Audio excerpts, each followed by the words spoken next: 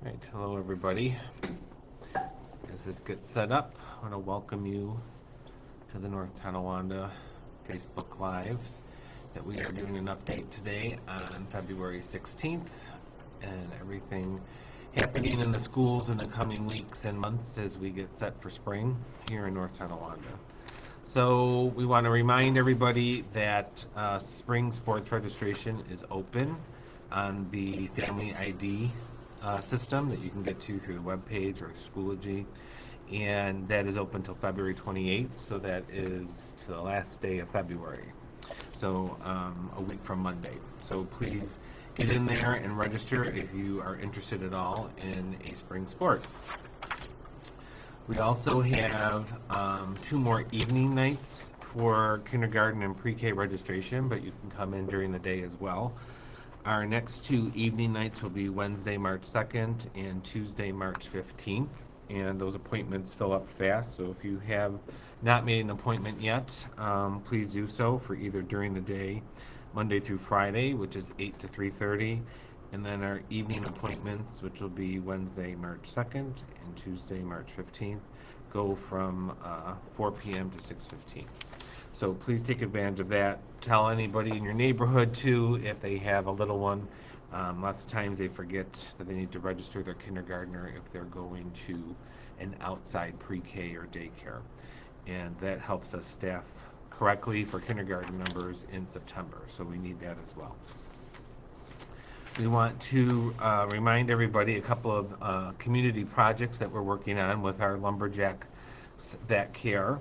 And the first one is that there's kind of a redo of the school store, and they're calling that the Lumberjack Loft at the high school. And there will be some clothes of all sizes and some other goodies there. And that'll be running on Mondays after school. So if anybody needs any items or has items to donate, Mondays at the high school after school, that's a good time for that. Also, this month, the Jacks That Care is starting a drive to fill all the little food pantries around town. So they're accepting donations at all the school buildings. And then, or if you can't get there and you want to donate, pickups can be arranged through the Jacks That Care site on our webpage. But if you have a extra box of macaroni and cheese or some canned goods or something that you'd like to donate, you can send it in with your child. And then the high school students make a loop around the district once a week and pick all that up, and then they'll be stocking the little food pantries for spring. This month we're going to have February 22nd, which is 222, and it is the year 2022. So a lot of the school buildings will be celebrating twos, things like twins and doubles and things like that. And that is the day we come back from President's Day recess, Tuesday the 22nd. So please watch for information that your child may be getting in an email through their Schoology or Seesaw accounts, or papers being sent home so that they can take part in that fun 2-day on February 22nd. And then I decided to give you an update. We met yesterday with the Department of Health as far as the COVID numbers and masking. We're all keeping our fingers crossed that that will come to a nice resolution and we won't have to wear masks in the schools. But I heard today that the governor extended her mandate through March 16th or 17th.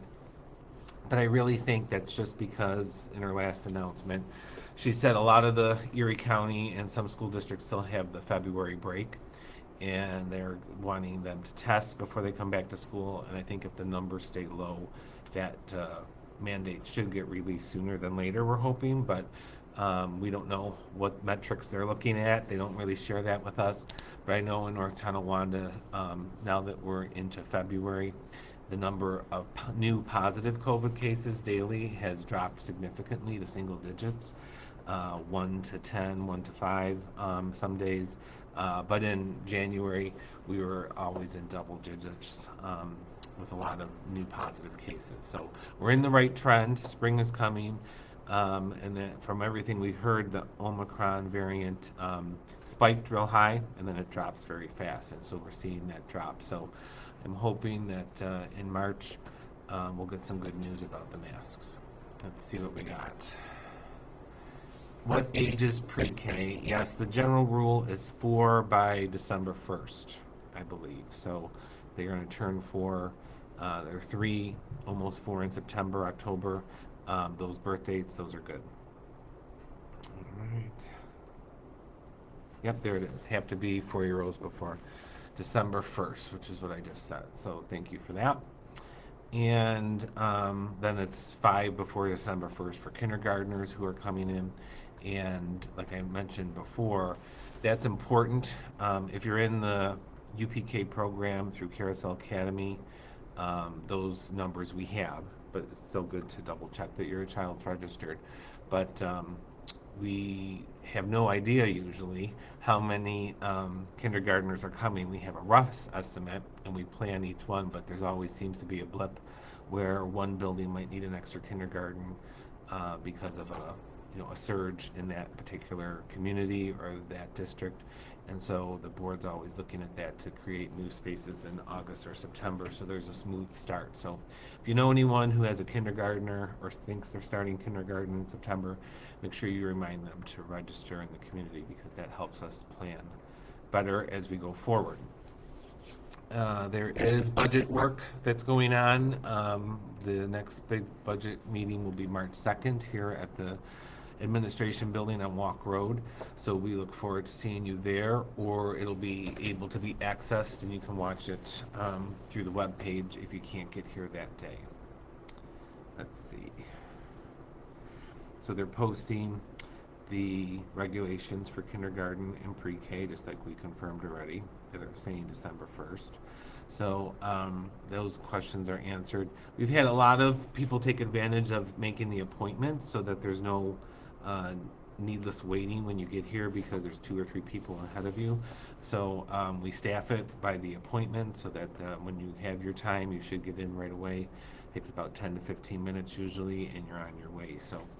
And there's information on the webpage. If you want to look at what you need to bring in to register your child, it's all there. So we'll just do a quick reminder then that we have sports, spring sports in the Family ID system, open until February 28th. The next 2 evening days for registration, which is 4 p.m. to 6:15, is March 2nd and 15th. Donations for the food pantry for the Jacks That Care can be taken to any school. You can send in non-perishable food items with your child this month, and they'll get them to the food pantries. And then, especially if you have K through 3 and probably 4 through 6 students, watch or ask them what's going on in their school for 2222 Day, which will be Tuesday, March 22nd. So we look forward to updating you with some more things. Let's see. Prom and graduation still going on as planned. We're on the trajectory for a regular graduation, a regular prom. We don't know what's going to happen in May and June, but right now there should be back to normal with those types of things. It'll just depend on the venues, and from what we're hearing, they're working with districts to plan that so that it can be as normal as possible.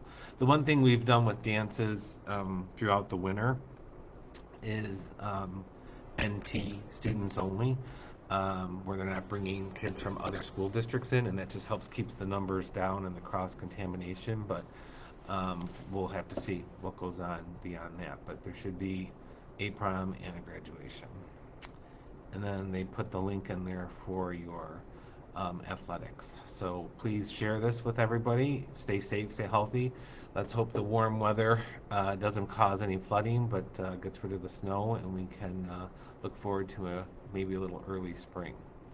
Take care, everybody, and we will be back on March 2nd. Take care.